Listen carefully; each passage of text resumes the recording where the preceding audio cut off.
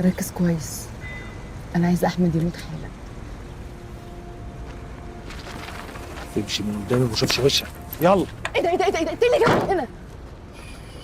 انت عارفه كويس قوي ان انا دلوقتي اي حد من اللي لابسين بيدي دول لو شافني هروح في 60 داهيه، بس اول ما عرفت انك هتاذي نفسك قلت لازم الحاجه. طب هات المسدس ومالكش دعوه بيا، هات المسدس. ليه تاذي نفسك ودم وليله سودا؟ ليه انت مالك من الحاجات دي؟ عد من 1 ل3 وهو هيموت لوحده. طيب بعد اذنك بطل تهريج، مش وقته، هات بقى المسدس بعد اذنك. انا مش بهزر. بصي، 1 2 3.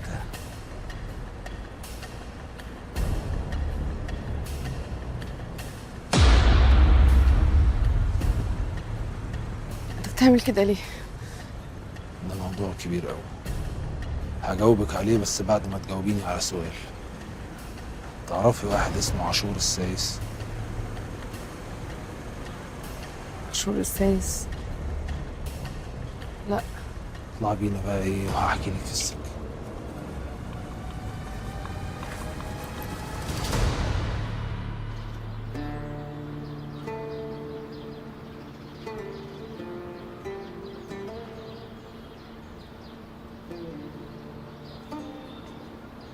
عامل ايه يا هارون؟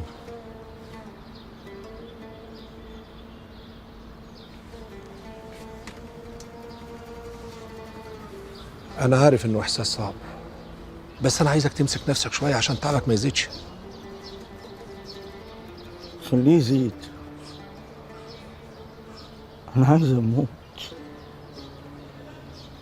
يا ريتني كنت انا. مصيبه وحلت علينا. لا، ده انتقام ربنا على من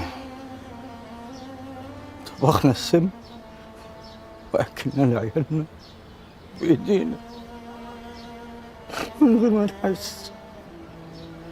زي ما يكون ربنا بيقول لنا انتوا اللي زيكم ما ينفعش يبقى لهم سلسال في الدنيا. انتوا اللي زيكم لازم يتقطع خبرهم من الدنيا. انت ليك ليل وحفيدك، انا ما بقاليش حد. ليل هينضف ومش هيبقى شبهنا، ونديم انا مش عايز اربيه، مش عايزه يطلع مصيره زي مصير ابوه. انا خلاص هتبرع بكل فلوسي زي ما عادل عاوز. ما ينفعش تاخد قرار خطير زي ده وانت في الحاله دي.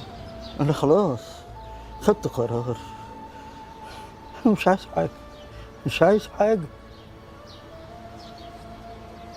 انا كنت زيك كده واكتر لما شريف مات. فجأة الدنيا عتمت، الحزن كبس على صدري كأنه جبل، وفجأة ريح الدنيا بخر كل حاجة، واهو أنا قاعد أهو قدامك دلوقتي ولا كأن حاجة حصلت. انا اتشليت يا يوسف، وبقيت عاجز خلاص. نصيبك يا هارون، نصيبك يا أخويا.